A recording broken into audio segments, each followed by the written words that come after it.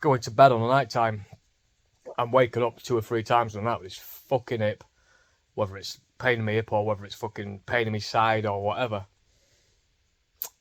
That's new because the pain was at bay with the oils and the pain relief and stuff that I was on or am on.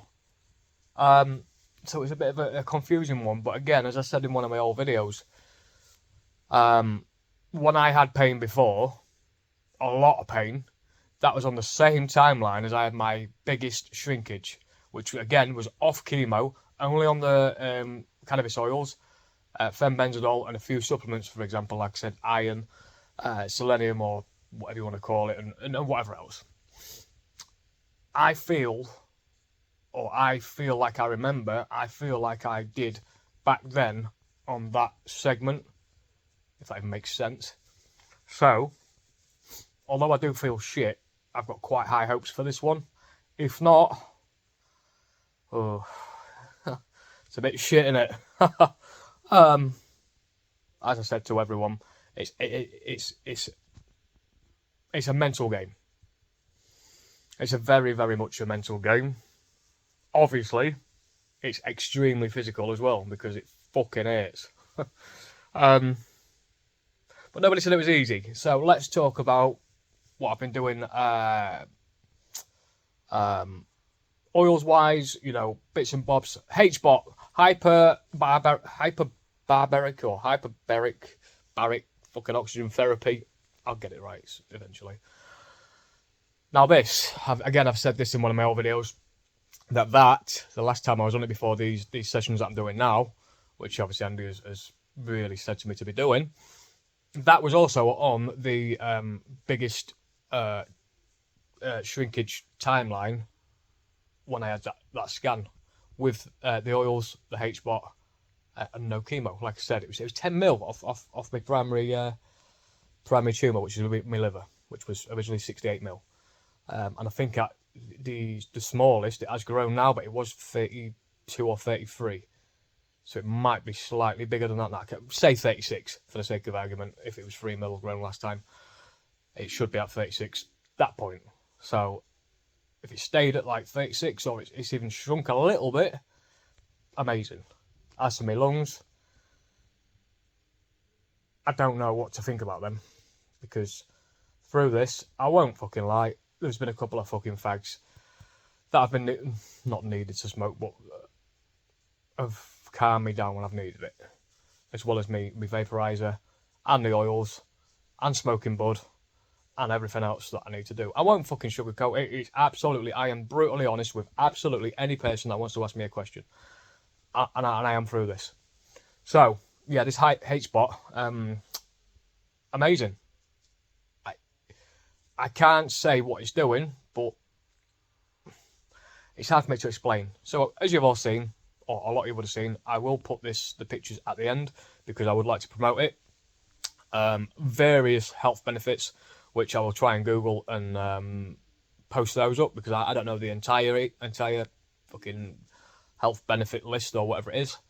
But yeah, it's in Leeds. It's MS Therapy Unit, I believe it's called, Unit 5. I will put all the details up if anyone wants to go to it, but it's in Leeds. Big yellow chambers, there's 2 of them.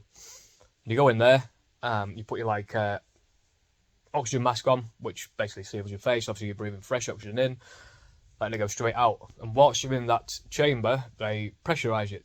Don't know what pressure, but they do pressurise it, so your body is absorbing oxygen, it's getting into your plasma or something like that. I don't know. But this is interesting because, like I said, I've been before. I have got a video of me in there, which again, I will put that in if I remember at the end. So, HBOT, yeah, I'm very interested to find out the results from this. Lovely people there. It's not very expensive either. So, yeah, I'll get the health benefits. I've even been told down to broken bones and stuff like that, it can really help. Amazing. I don't know. So, we spoke about HBOT, we spoke about my pain. Let's talk about mental health. Because this is a fucking bastard. I think mental health is the biggest part of this, because not only are you dealing with the fact of, on me personally, should I say, not only am I dealing with the fact of someone's basically, or a professional has told me I'm going to be dead in 12 months, which I believe was this month or last month, or I'm supposed to be dead now, if that was right. So, yeah, I won't sugarcoat it. That's played on my mind a lot. Although I say sometimes it don't. It fucking does. Kids, wife, day-to-day life, it's very hard. It's very, very hard. As much for Becky as it is for me. Because when I can't do something, she's got to do twice the work. And it's kind of hard, I suppose. Because... So as I was saying, about the kids, Becky, day-to-day life, or this kind of thing, it's very, very hard because, like I said, Becky's got to sort of pick up the slack that what I can't do, or things that, you know, are not as easy for me as they used to be. Which, you know, to anyone, especially men, I mean, this is not meant sexist at all, but it's a massive dent in the pride, isn't it? I mean, a man's supposed to be, you know, the person who brings the money in, takes care of the family, does all that kind of stuff. And when something like this is crippling you from the inside out, and you've got not a lot that can stop it, not a lot I said, not nothing, not a lot that can stop it, it's soul destroying, isn't it, for a man? For me, anyway. I want to do things that I see my mates doing with the kids, and I'm thinking, fucking, I can't run half the fucking distance I used to be able to. Yes, considering my diagnosis and the stage that I'm at, some people say, fucking hell, how the fuck are you doing it? Some people will be like, well, I don't know.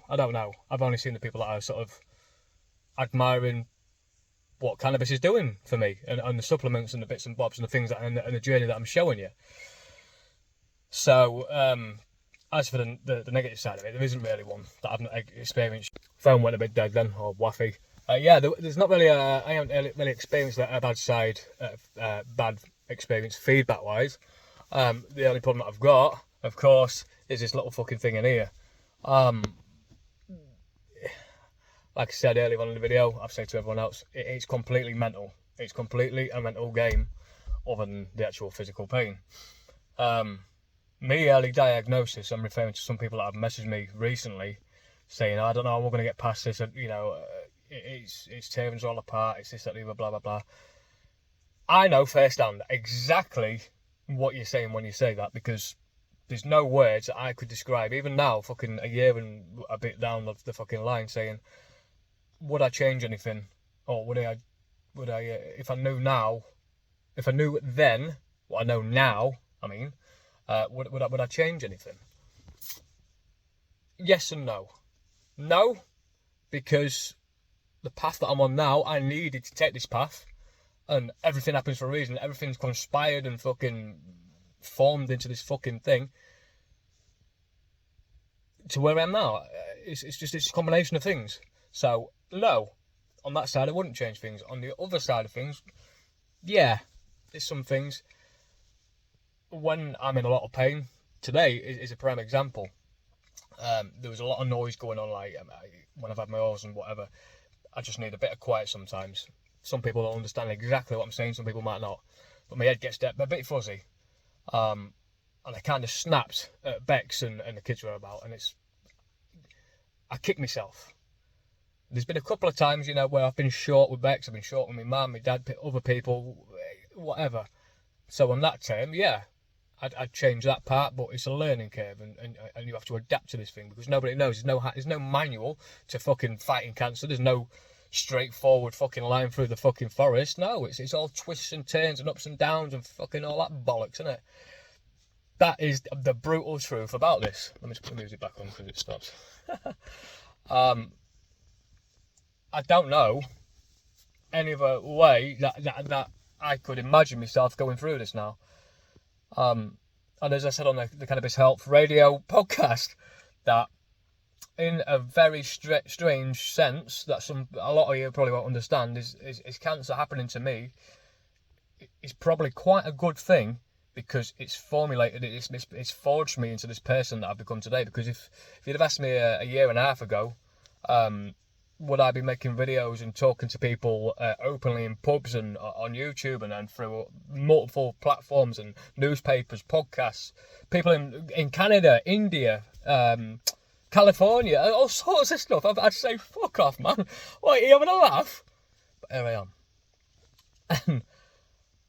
And I'm going to have a fucking laugh along the way. I'm going to keep doing these videos. I'm going to keep doing things just to prove that it can be done, and it fucking will be done, because I'm determined that this is not going to take me. I will not be defeated. And that's that. Because today's been a bit of a blur for me, I've probably missed a lot out. So I'm moving on to the next thing, which is tomorrow. Like I said earlier, I'm at HBOT. Hyperbaric oxygen therapy in Leeds. I'm there tomorrow, getting filled up with oxygen. Not really, but you know, whatever. And I have my scan tomorrow as well. The one that I'm a bit worried about this one, because the last time, obviously, we had a little bit of growth. A chemo was suggested, and I went back and I told him no. This is the 3-month timeline that we're on. So in this 3-month timeline, I've basically turned down chemo, had 3 mil shrinkage on primary tumour, and a little bit on the lung nodules. Still no mention of this fucking lymph node or whatever it is. Other than that, I've got like a protruding lymph node, sort of where I'll get a picture where my face hernia was, and where I've got all this nasty red skin at the minute. It's I think it's about 2-3 mil, and it's slightly raised. You can only just notice it, but the doctors picked up on that, and by the end of it said that was nothing to do with my hip. So I don't fucking know. I don't know. Yeah, I'm a bit worried about tomorrow because of last time. It knocked me down. Maybe I got a bit cocky. Maybe I got a bit like too comfy. Maybe too comfy with it. And I don't know. Obviously, like I said, it's minimal, but we did have growth. So it's kind of worrying, because I don't really know what's coming next. But yeah, this past 3 months, hammering the oils, black seed, Shilajit, is it Shilajit? A couple of the new ones that Andy sent out, to name just a couple. I have got something else coming from him, that is supposed to be probably the best to date. So I've got high hopes for that, but I'm just praying that we don't have growth on this one, because they're going to ask me to go on chemo again, and I'm going to have to say no, I don't want it. So we're going to find out tomorrow. I'll update you all as soon as I know anything. Hey!